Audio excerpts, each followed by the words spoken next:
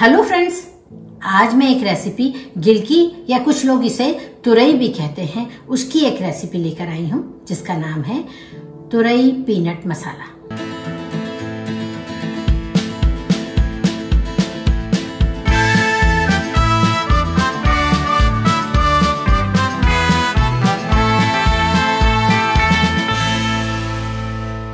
तुरई को अंग्रेजी में स्पॉन्ज गॉड कहा जाता है।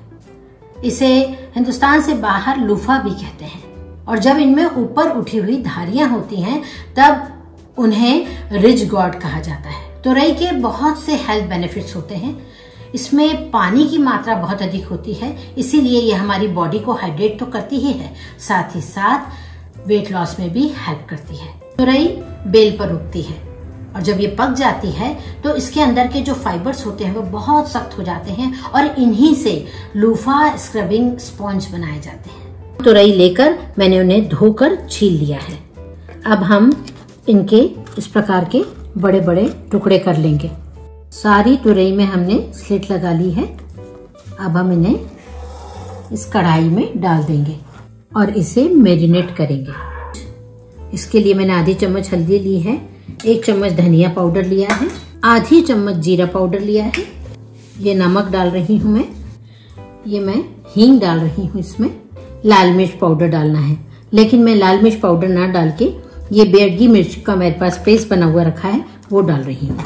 और इसे सब्जियों में डालने पर सब्जियों का रंग बहुत अच्छा आता है, इसीलिए मैं ड्राई चिली पाउडर की जगह कई बार बेडगी मिर्च का पेस्ट यूज करती हूँ।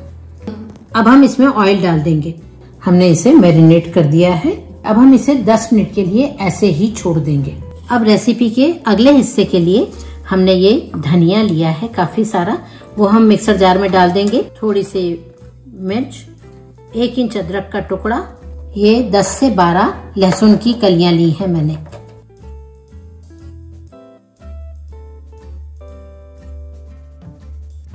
अब हम इसी में दही डाल देंगे, करीब 4 टेबलस्पून। ये दही इस तुरई की सब्जी को खट्टापन भी देगा और इसकी ग्रेवी में गाढ़ापन भी लाएगा। अब हम इसे कोर्सली ग्राइंड करेंगे। देखिए पेस्ट बनकर तैयार है। तोरी को हमने कढ़ाई में मैरिनेट किया था ताकि हम इसे ऐसे ही गैस पर चढ़ा सके। अब हम इसे गैस पर धीमी आंच पर पकाएंगे और हमें करीब 80% कुक होने तक इसे पकाना है। तुरई में वाटर कंटेंट बहुत अधिक होता है, इसीलिए जैसे ही हम इसको पकाने के लिए रखते हैं ये बहुत पानी छोड़ देती है। अब देखिए ये 80% कुक हो चुकी है, मसाले भी अच्छे से कुक हो गए हैं और जो ऑयल है वो उन्होंने रिलीज कर दिया है। अब हम इसमें जो हमने पेस्ट बनाया था ना ये डाल देंगे। तुरई का ओरिजिन सेंट्रल एशिया का ट्रॉपिकल रीजन है, विशेष रूप से ये इंडो बर्मा रीजन में उगाई जाती है। तो अब हम इसे फिर से ढककर कुक करेंगे। चलिए अब तुरई को देख लिया जाए। बहुत अच्छी कुक हो गई है ये, और देखिए सारा ऑयल लूज आउट होकर ऊपर आ चुका है। अब इसका जो सबसे इम्पोर्टेंट इंग्रेडिएंट है वो है ये मूंगफली के दाने, जिन्हें मैंने भूनकर बारीक पीस लिया है। अब हम इन्हें डाल देंगे। तो टोटल हमने 5 टेबलस्पून पिसे हुए मूंगफली के दाने डाले हैं। हम मूंगफली के दाने के साथ केवल 1 मिनट पकाएंगे।